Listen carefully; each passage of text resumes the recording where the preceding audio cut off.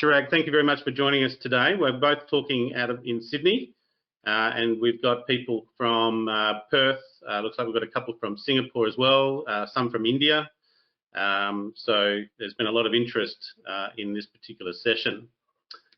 Just for the audience, if you're not aware of Chirag, Chirag has published 7 rules to influence behaviour and win at cybersecurity awareness. We have this book available on the marketplace also. And one thing I wanted to highlight is that we interviewed Chirag on our podcast, episode 186. So it's not the first time Chirag and I have crossed paths. And you've also got that option to listen to that particular episode. And again, I think in this circumstance, hence why we've ended up doing a webinar as well as the first part of this series is to appreciate the challenges in communicating security and then now being increased through COVID-19 and a remote workforce, the challenge of communicating to them.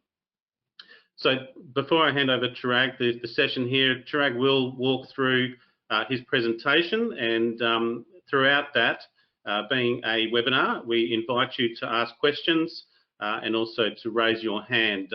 There should be a menu on your right-hand side, but otherwise we'll run a Q&A session following Chirag's presentation. And then also during the webinar, we will run some polls, things like percentage of your workforce that is remote, and what type of experiences you're seeing and experiencing with COVID-19. So on that note, before I hand over, let me just work out my sharing rules, just one second. So Chirag, I'm going to hand over to you, and that should be all yours.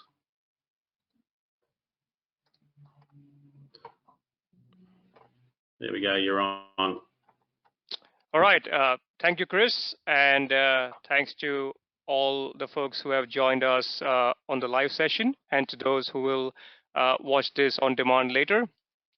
As Chris mentioned, my name is Chirag Joshi. While I became a cybersecurity author last year, I've been building and implementing cybersecurity risk management and awareness programs for over a decade in multiple countries. Rest, you can read about all my great accomplishments in the speaker bio. And of course, all the initial you see after my name here just mean that I'm a really smart guy. Now, I'm glad that this forum allows me to share my webcam. So, I said this last statement in jest, but it's worth reflecting that while we are doing these, non-in-person sessions, messages can get lost in translation. And I do believe that, when you are talking to somebody in person, you get an opportunity to adapt your presentations or your awareness activities based on audience body language and feedback. We don't have that today, but I'm completely focused on making this session as entertaining as possible. We will stay away from reading off slides because that is the easiest way to make you fall asleep, and I don't want that. We will focus on real life stories and experiences more than theory. And most importantly, I think this session is intended for a couple of things. One is, how do you communicate and what do you communicate to your people to enable them to perform secure behaviors? This session is not about discussing, tools and technologies such as enhanced security monitoring, data loss prevention, geo-blocking. We can perhaps do another session for that later. We'll focus on security awareness today. So before I get into my first slide, Chris brought up a question around polls. Chris, do you mind just asking our audience the question around what percentage of data breaches do they believe happen because of human errors and mistakes? All righty, let's give it a crack. That should come up on the screen now. I must be. So I'll just give the audience. We can see the percentage of audience voting. So I'll just wait until we get that majority. Great. Although most of them are getting it right. That's amazing. While we're getting responses, I'll continue our presentation. So The answer Okay. Yep. it's pretty interesting, because when I was doing research for my book last year, the number was 70 to 80%, depending on the study you saw and the methodology they used. However, as you can see by this slide here, uh, according to Proofpoint's human factor report, 99% of cyber attacks they observed exploited the human factor. That is the human tendency to click and open attachments or reply to emails. It's human factor which was leveraged in 99% of the cases. So I think it's a hopeful message too, which means in theory, if we get our security awareness efforts right, we can stop 99% of security attacks from occurring. That's remarkable. And, most of the audience got that correct. In fact, 100% of the audience had that correct that answered there. Brilliant. So, well done. So we are amongst absolutely smart people, just the right crowd we want. So well done, everyone. Well done.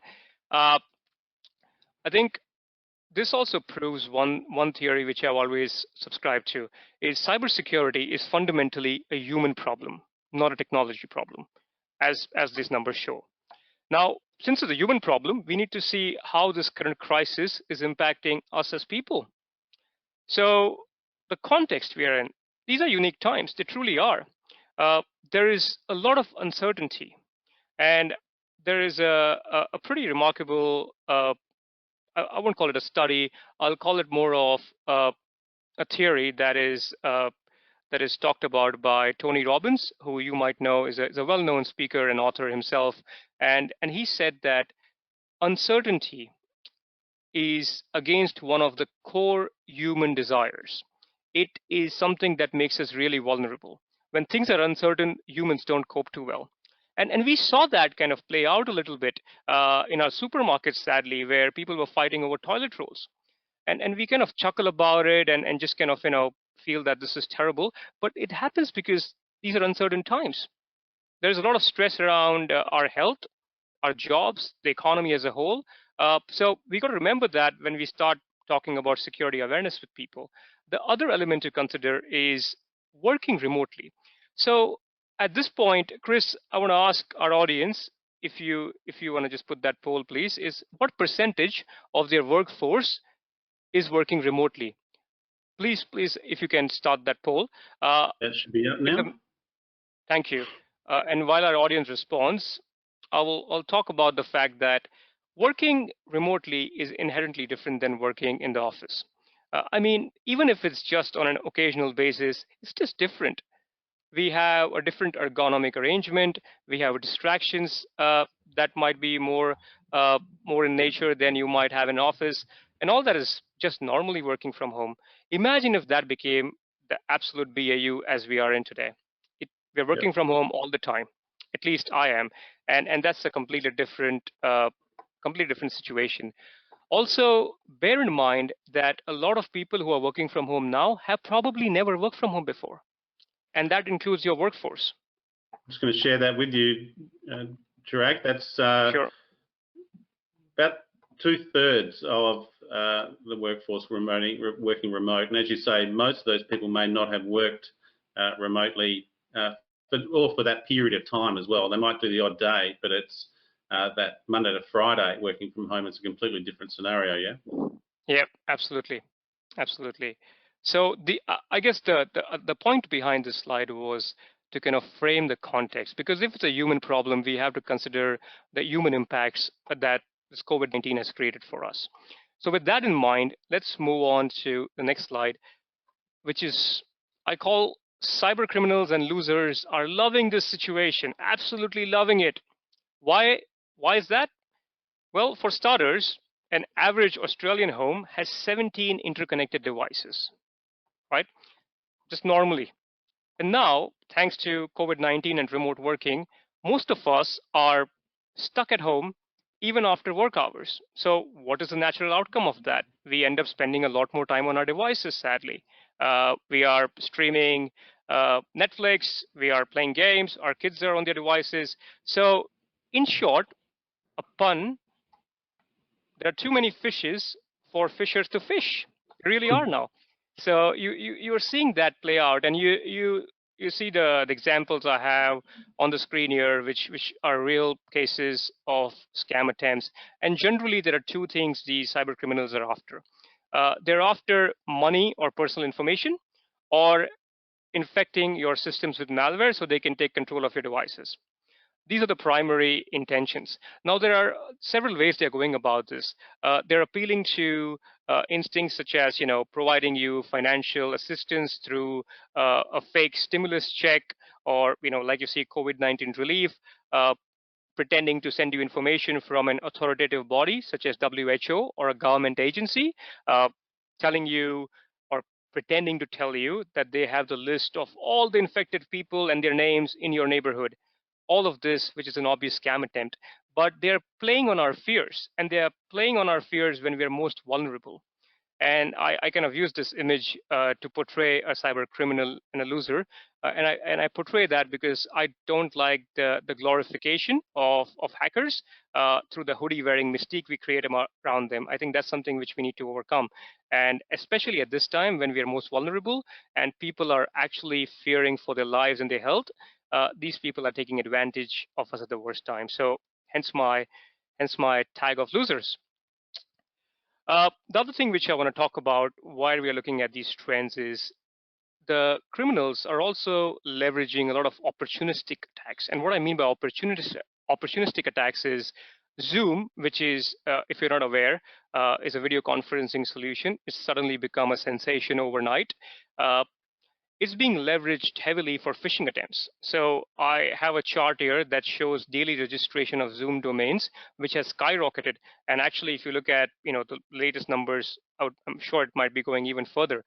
And these registrations, a lot of them are for hosting fake sites, so hosting phishing websites. That's where people are directed towards to grab their credentials or drop malware.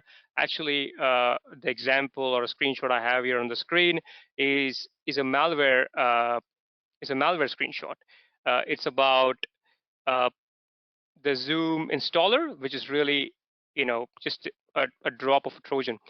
So I guess the thought process behind this is you are seeing a lot of opportunistic attacks, and they'll only get more. So it's even more important than ever to create an awareness amongst our workforce. There's also Zoom bombing. We had heard of photo bombing before, but there is Zoom bombing now. Zoom bombing really means that somebody's joined a meeting that they were not invited to, and this initially started off as a joke, right? It started off as a prank, but then it took a more sinister turn, and it started devolving into sadly outright illegal behavior. And this could have been prevented. Can I raise a question there? How does, from a corporate perspective, a lot of companies went down that Zoom approach or adopted Zoom simply because the staff would have wanted it, or it was an immediate play for them, and then suddenly those vulnerabilities became apparent and the corporate policy often changed. Some banks are saying, okay, that's it, we're banning Zoom. How does that potentially muddle the waters in terms of the cybersecurity message going across, where you're approving it one day and then not approving it the other? How would you walk through that change to get everybody on board? Well, Chris, you actually just have the classic transition into my next slide. So let's just do it. So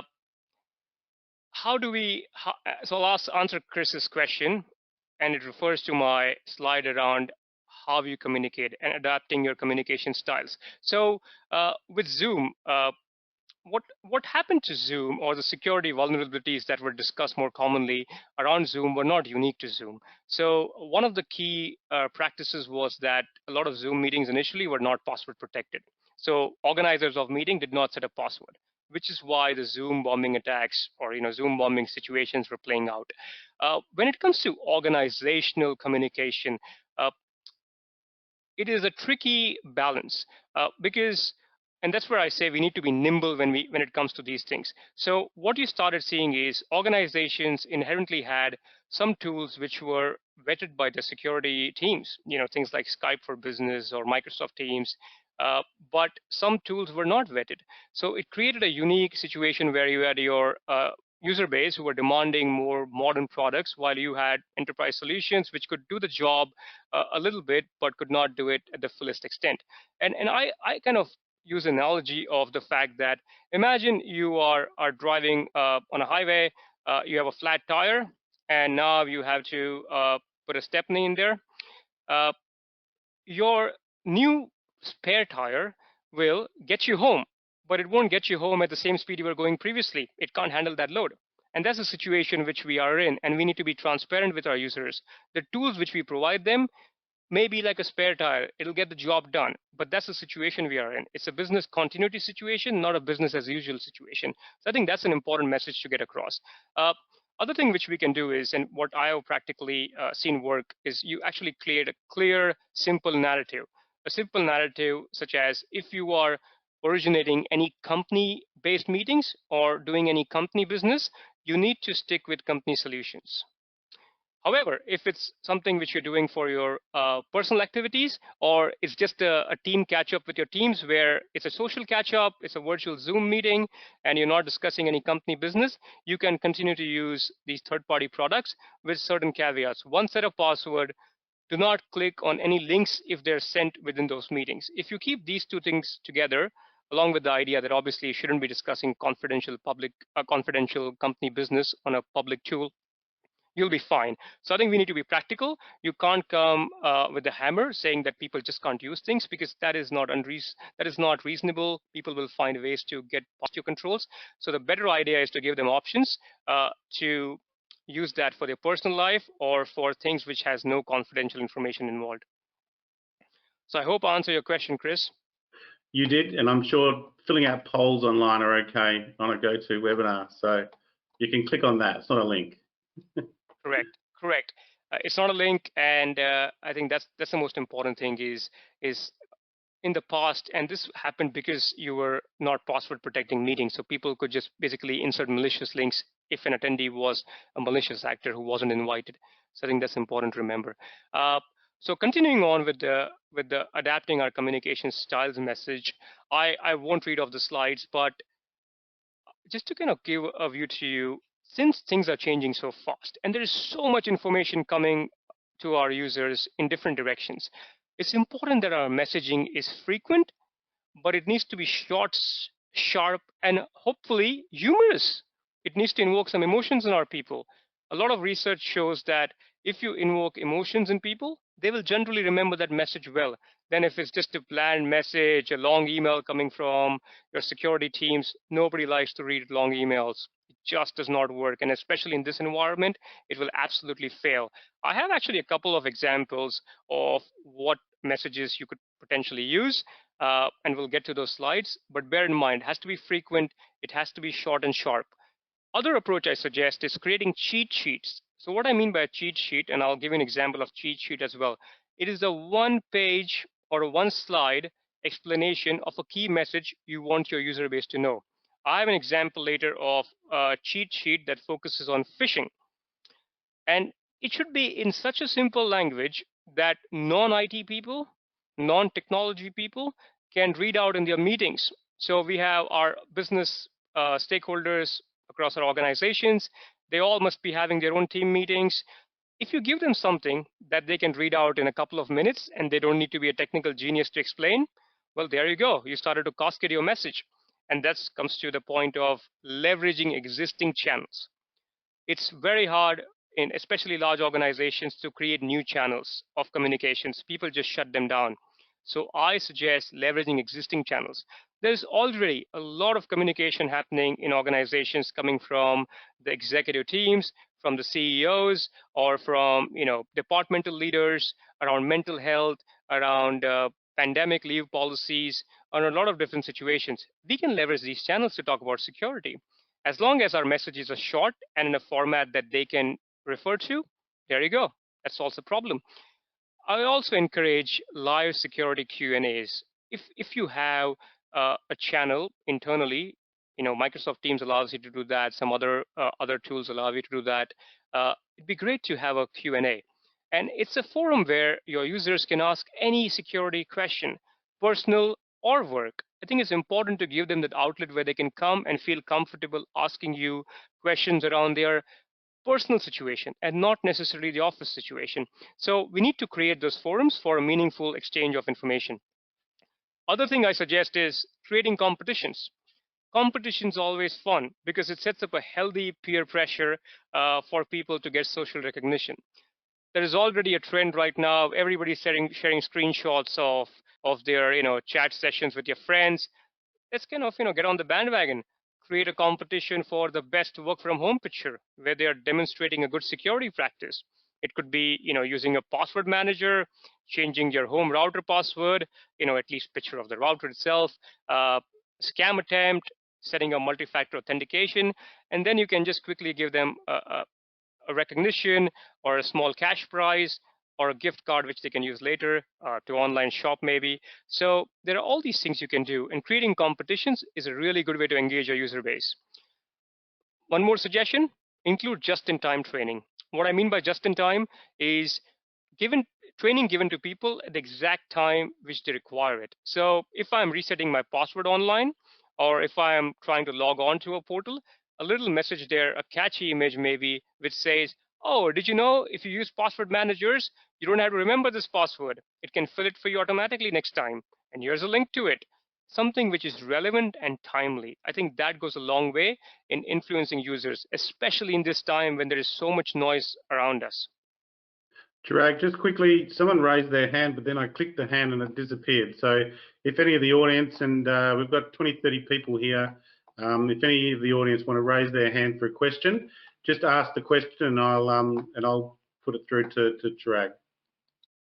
Yep, thank you, Chris. Okay, so I promised you a couple of examples. Here's one. All right, this is a little puppy holding a toothbrush, just come out of the shower.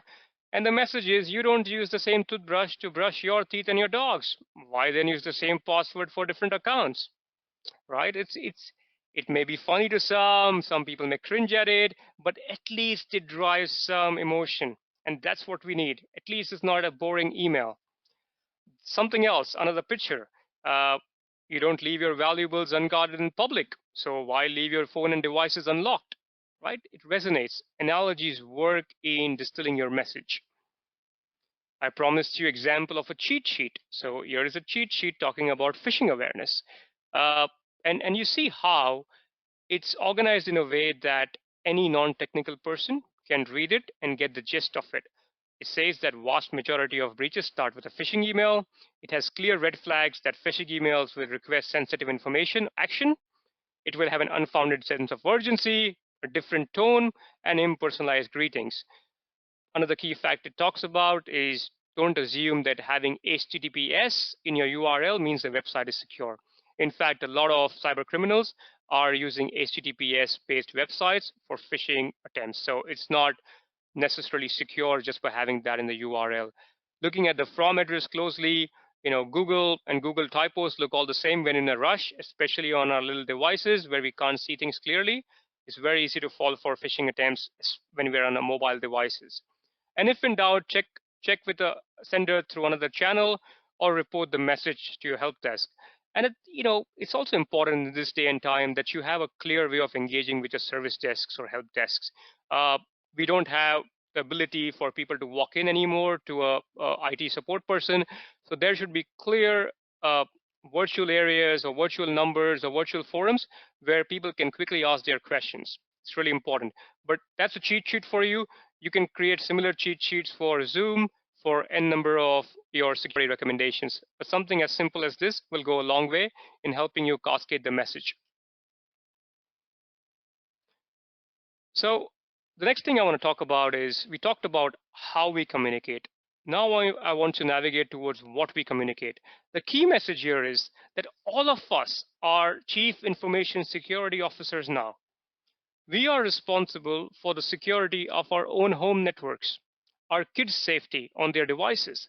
So I think that's the key message that you need to cascade to your staff, to your people, to your citizens if you're a government agency, that all of us are now chief information security officers, and we need to act in that way. So the topics which you can talk about, which you can discuss, phishing and social engineering. I've already referred to phishing, so I won't go on about that. One thing I will say about social engineering is we need to get our people to start thinking, apply more critical thinking to the way they view these things. There's a lot of fake news out there. there's a lot of channels where people are pushing false information, and that can raise anxiety. So it's important to remind our people that they need to go to government and trusted sources when it comes to looking for any news. I think that'll help lower the anxiety a bit, and and stop these social engineering scams that rely on a lot of fake news that are coming people's way.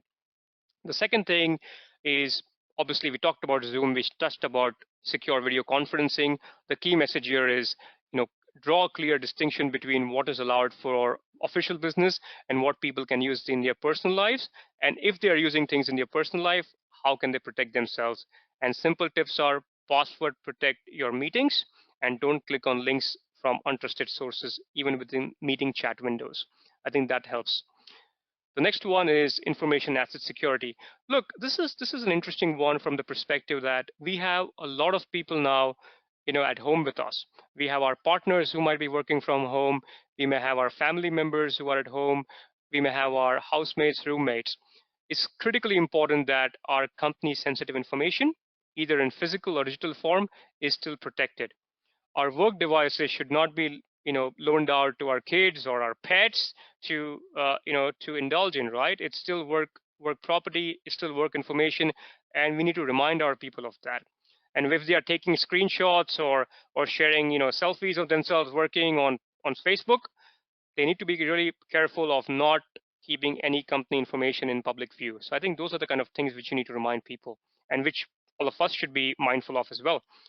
A couple of other tips are around: ensure that your devices are patched, and ensure that you have a pin on your mobile devices. I think those are the things you can do to protect just unauthorized disclosure of information. Basic tips will go a long way.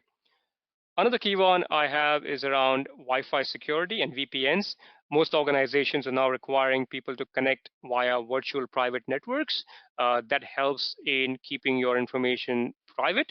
And I think that should be encouraged for your organizations. If it's a company business, if it's private, I guess that's fine. You can use your home Wi-Fi. One thing I suggest for your home Wi-Fi: please today, if you have not done this, go and change your vendor given default password. Most home Wi-Fi routers come with a default password such as admin. Admin is a username, password is also admin, something which is easily publicly available. We need to go and change those. You can find those settings on the back of your router, or if you call up the company which provides you with internet service. Changing that password itself goes a long way in protecting the health of your home Wi-Fi network. Next thing I want to just talk about is e-safety. And what I mean by e-safety is keeping ourselves safe online. Look, a lot of studies have shown, and people are doing a lot of research in this space. They're creating a lot of reporting in this space. They're showing that there has been over a 50% increase in online abuse since this COVID-19 crisis took over, because people are online. Abuse hasn't stopped, it's getting worse online. So we need to kind of educate our people on the best ways to protect themselves. And especially if you have kids, we need to educate our people on how to enable parental control on their devices. So we need to kind of get our kids' devices set up with controls so that they cannot browse certain websites that are inappropriate. We need to set some ground rules that our kids need to be working on their devices in public open areas within the homes, of course, where they can, where you can monitor them. Parents need to step up as parents. We also need to extend the safety conversation to seniors, and our parents, grandparents, have a conversation with them, because most often they are the target of criminal activity and they lose the most money to it. So important things to remember. I have resources towards the end of this presentation where the Office of E-Safety Commissioner has provided publicly available information, a lot of good tips there. So I encourage you to check them out. The next couple of things are just around password best practices. Look, password security has been talked about forever. I still remind people, please don't use the same password for all your different accounts. Use a good password manager. There are a lot of good free ones available. KeyPass, LastPass, you can use any of them. What happens when you reuse your passwords is, once any of your account is compromised, all your accounts come at risk. And bear in mind now, like, all this is happening in a highly sophisticated manner. So attackers are not logging in and checking each of the accounts manually, clicking stuff on their keyboards. They're using automated tools which can check a compromised password against multiple different accounts in a matter of seconds. and that's how they break into accounts. If somebody breaks into your email, imagine the damage that can cause to your organization and you. We have so many things within our emails now. We might have pictures, we might have our bank statements, our personal information in addition to company information. So it's really important to protect our passwords. And finally, we need to be mindful and be communicative with our people on what constitutes a secure exchange of information. What is the expectation for them if they want to send confidential information to external parties? It might be through SharePoint sites, it might be through encrypting their emails, whatever that mechanism is. You need to be clear with them and just highlight those to them. And look, real quick, I just want to say life needs to go on. We are in a crisis and we will come out of it, and it will happen, I hope, soon enough. But in the meantime, some things need to go on. And one of them is mandatory training. A lot of organizations are providing mandatory online training, and that should absolutely continue. This is the worst time for us to suspend any training activities, because this is the time our people need training the most. What we can do, however, is optimize our training and organizational policies for work from home considerations. If we can do that, that makes it a lot more efficient. So that's something which I encourage. I also encourage continuing with testing exercises.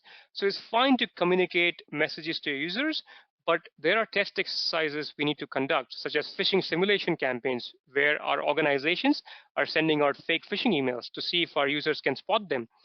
Look, some people argue that this is not a good time to do it. I actually am the view that this is the best time to do it, because this is the time that our users needs to be the most alert. And if they fall for phishing emails, which is an internal phishing campaign, that's so much better than them falling for a real phishing email. So I encourage you to continue them. However, be empathetic.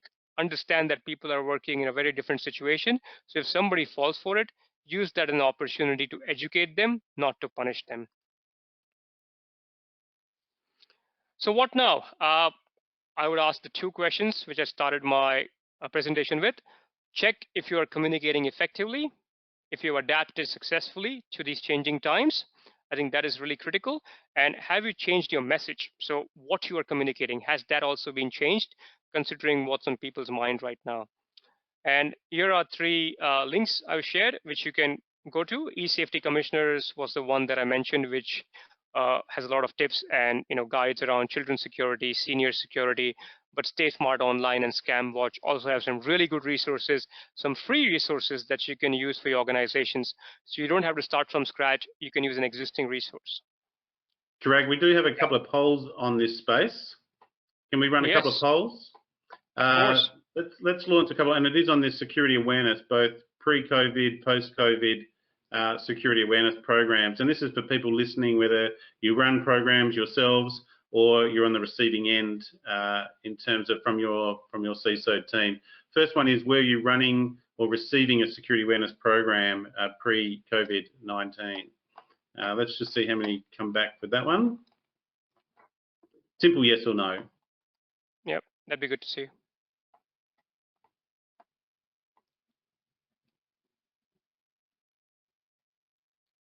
We've got a mixed audience here. There's, give it a couple more, give it 10 more seconds. Sure. Some are struggling with the yes or no. No, it looks like most of them. Yeah, okay. So it ended up being 75% yes, I can share that.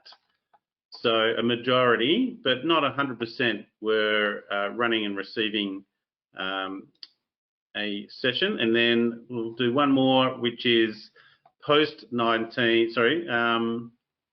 Yep, so post-COVID-19, will you change your security awareness approach? And I think you can even take into the context of, will your appreciation of cybersecurity awareness change post-COVID-19 as well? And that's a yes, same, or no answer. So if the audience could contribute to that particular poll.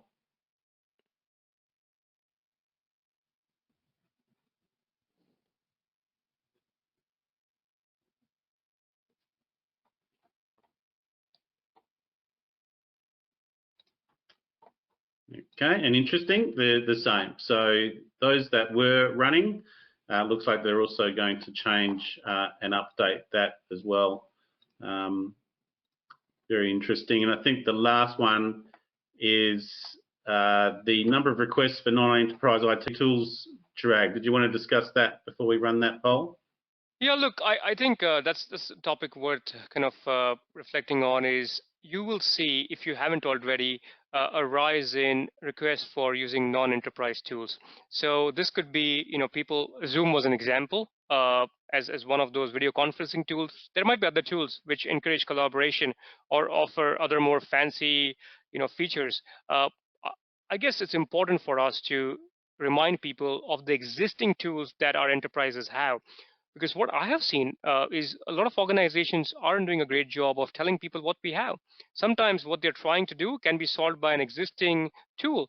Well, Microsoft Teams can do exactly what Zoom can do if your use case is just simply catching up with multiple people. So Yep. we need to kind of tell people what we have, and you will see a rise in non-enterprise tool requests. And you better have an approach which is nimble enough to respond to people, because if you don't give them right, quick advice, they'll use those tools anyway. Well, it includes things like even remote working with VPNs and having to expand that VPN network, and as you mentioned, things like communication tools.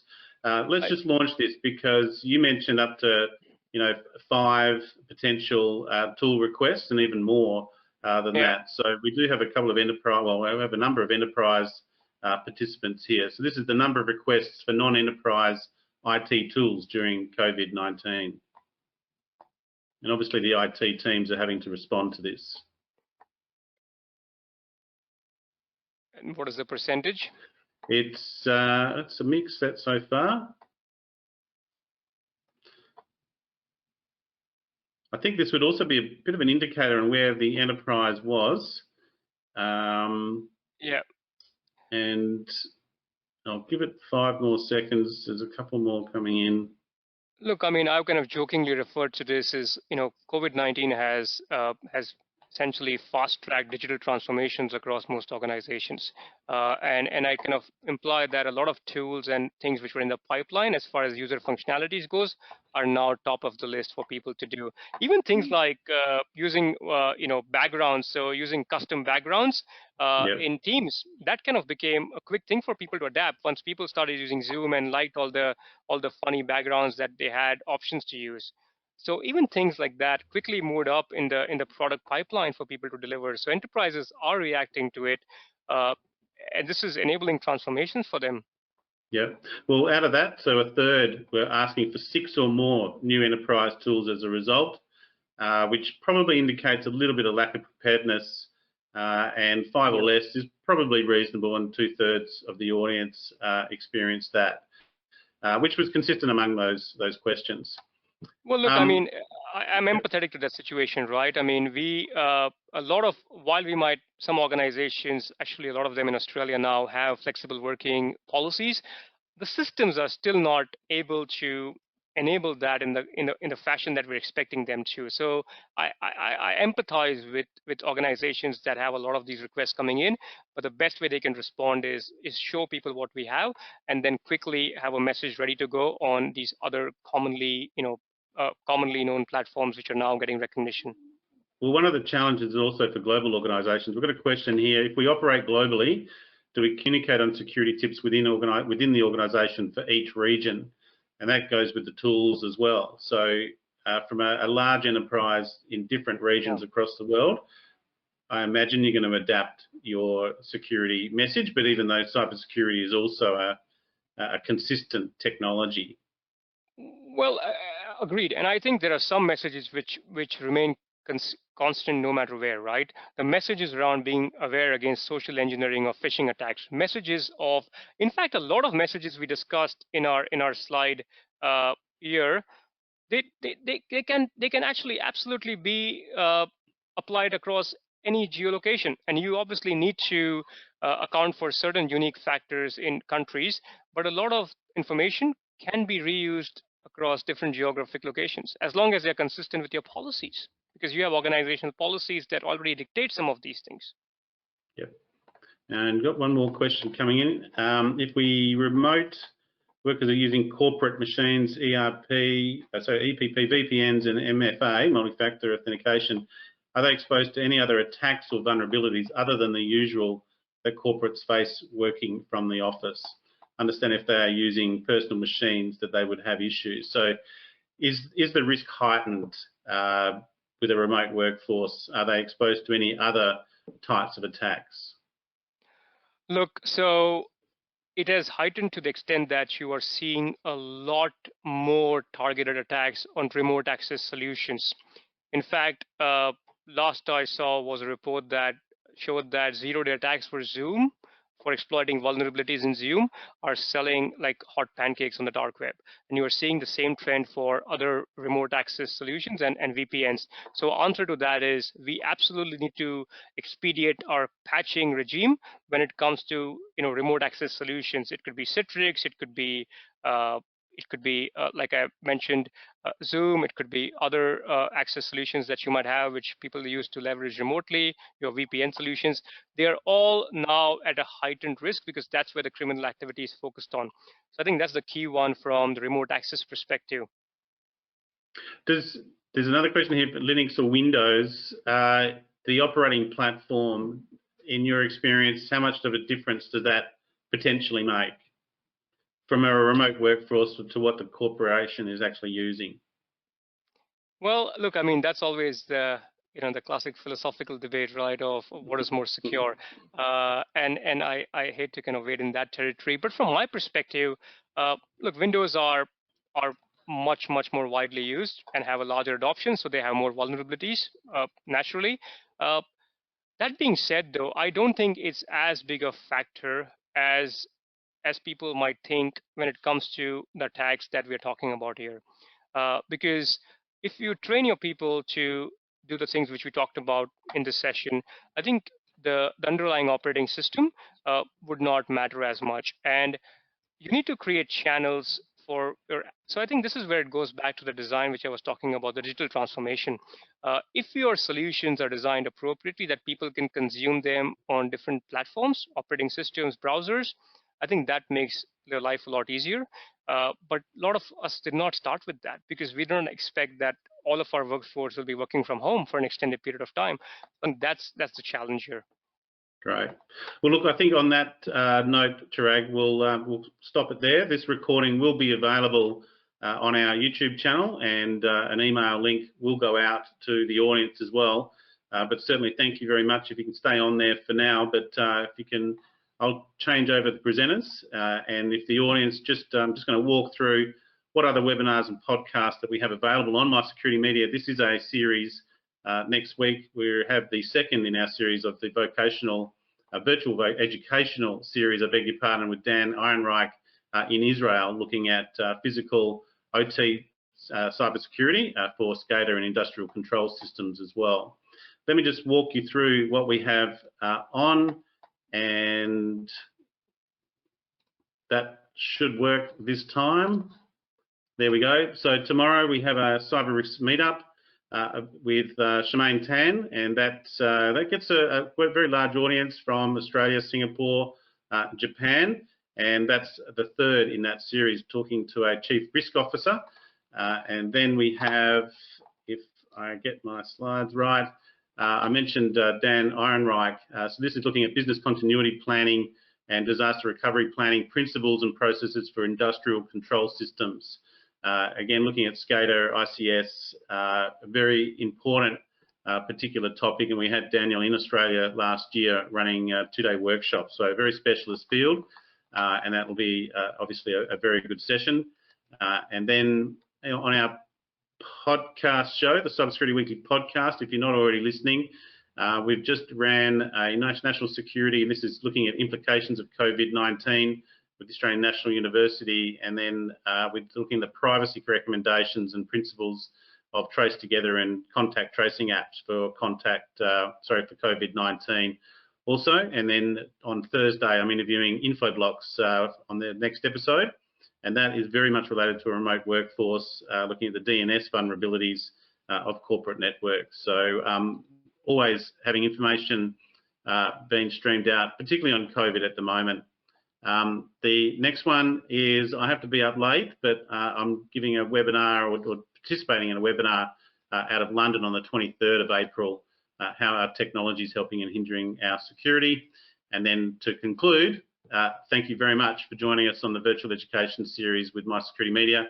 As I mentioned, we do have a YouTube channel with many playlists available, and welcome to check it out. This webinar will be available for viewing on that particular channel. So Chirag, Joshi, thank you very much for joining us, and thank you to the audience for your participation and completing your polls. See you next time. Thanks, everyone. Stay safe, everyone. Bye-bye.